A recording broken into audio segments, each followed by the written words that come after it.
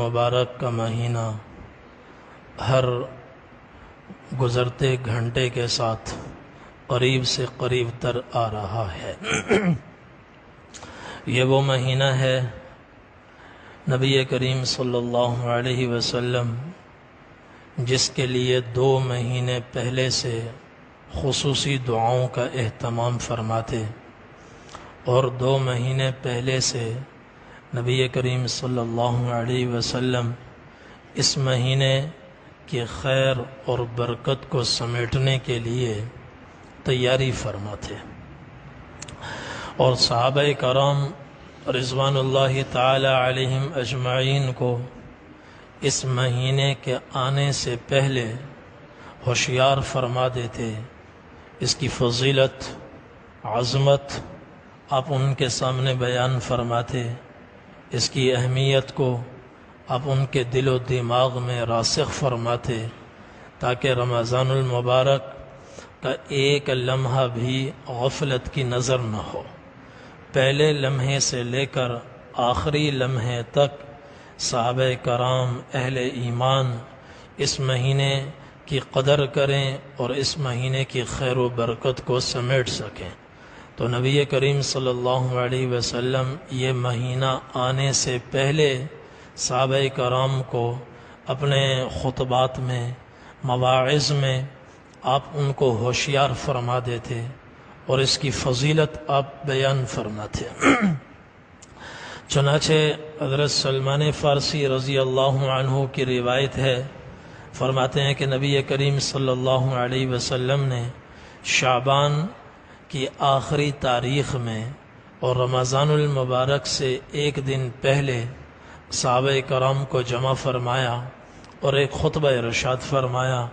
آپ نے فرمایا، یا ایھا الناس قد اظلکم شہر عظیم شہر مبارک، اے لوگو ایک بہت ہی عظمت والا مہینہ تم پر سایہ فگن ہو رہا ہے، تمہارے سروں پر رحمت کی گھٹا بن کر چھانے والا ہے، اور یہ بڑا ہی مبارک مہینہ ہے۔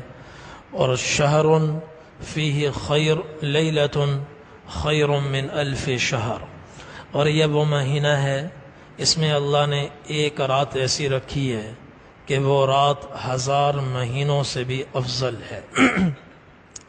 من تقرب فیہ بخصلۃ من الخیر کان کمن ادى فریضۃ فیما سوا، یہ وہ مہینہ ہے کہ اس میں جو کوئی نفل کام کرے گا اللہ اس کے نفل کو فرض کے درجے میں قبول فرمائے گا۔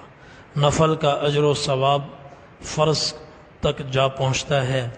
ومن تقرب فیہ فریضۃ ومن ادى فیہ فریضۃ کان کمن ادى 70 فریضۃ فیما سوا، اور جو اس مہینے میں ایک فرض ادا کرے گا وہ ایسے ہوگا جیسے دوسرے 11 مہینوں میں ایک کی بجائے 70 فرض اس نے ادا کیے۔ ایک فرض 70 فرضوں تک پہنچتا ہے اور ایک نفل فرض کے برابر پہنچتا ہے۔ نفل اور فرض کے درمیان اتنا فاصلہ ہے کہ اگر کوئی آدمی عمر بھر نفلی کام کرتا رہے، پوری زندگی کا نفل ایک فرض کے برابر نہیں بنتا۔ فرض کا درجہ اتنا اوپر ہے، اس کا ثواب اتنا زیادہ ہے۔ اللہ تبارک و تعالی اس مہینے میں اپنی رحمت سے نفل کو فرض کا درجہ دے دیتے ہیں، نفل کو فرض کا درجہ دے دیتے ہیں، اور فرض 70 فرضوں کے برابر ہو جاتا ہے۔ اور آپ نے فرمایا وَهُوَ شَهْرُ الصَّبْرِ، یہ صبر کا